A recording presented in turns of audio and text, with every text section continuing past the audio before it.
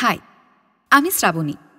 আমার এই চ্যানেলে গল্প, কবিতা, তথ্য, প্রবন্ধ, বিখ্যাত সব মানুষদের চিঠি, নানান আজগুবি শখ সমস্ত কিছু পাবেন। তাই এই চ্যানেলের কন্টেন্ট যদি আপনাদের ভালো লেগে থাকে তাহলে সাবস্ক্রাইব করতে ভুলবেন না।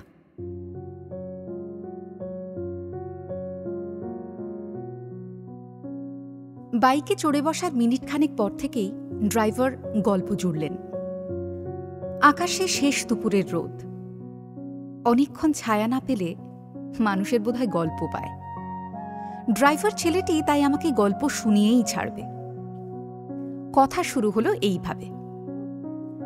একবার জানেন ম্যাডাম কি হয়েছিল? তখন অনেক রাত। সল্টলেক থেকে একটা বুকিং ঢুকলো। একটা মেয়ে উঠল বাইকে। কথা বলতে বলতে জানলাম মেয়েটা ইভেন্ট ম্যানেজমেন্টে আছে। তো সেই মেয়ে তো এমন ক্লান্ত যে 2 মিনিট অন্তর অন্তর আমার কাঁধে ঘুমিয়ে পড়ে।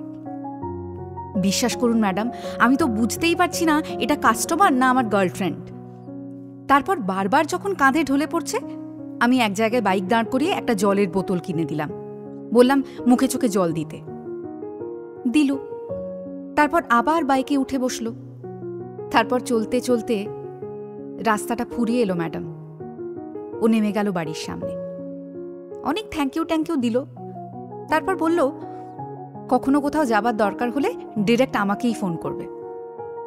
আমি একটু ঘ্যাম নিলাম, নইলে ভাববে গলে গেছি। ডিমান্ড দেখিয়ে বললাম, আপনি ফোন করলেই ভাববেন না কিন্তু আমি চলে আসবো, আমার অনেক বুকিং থাকে। তারপর কি মনে হলো বললাম, তবে একটু আগে বললে ঠিক চলে আসবো। বলেই অদ্ভুত একটা তৃপ্তির হাসি হাসল। এই হাসি আমার চেনা। একমাত্র ভালোবাসলেই এভাবে হাসা যায়।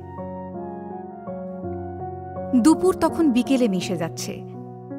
একটা লাল সূর্য পাই পাই করে ছুটছে বাইকের পাশে পাশে। আর আমার মন খারাপ করছে। মেয়েটি ছেলেটিকে আর কখনো ফোন করে ডেকেছিল কিনা জানি না। তবে এই গল্প বলার সময় ছেলেটির চোখে আমি এক বেহিসেবি আলো দেখেছিলাম।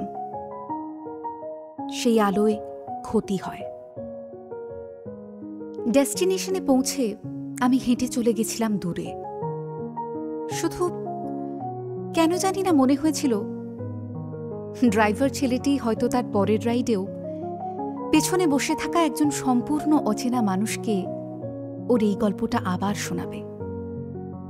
ক্লান্তিহীন শুনিয়েই যাবে। আসলে ভালোবাসার গল্পে ঘুম কমে আসাই যে দস্তুর।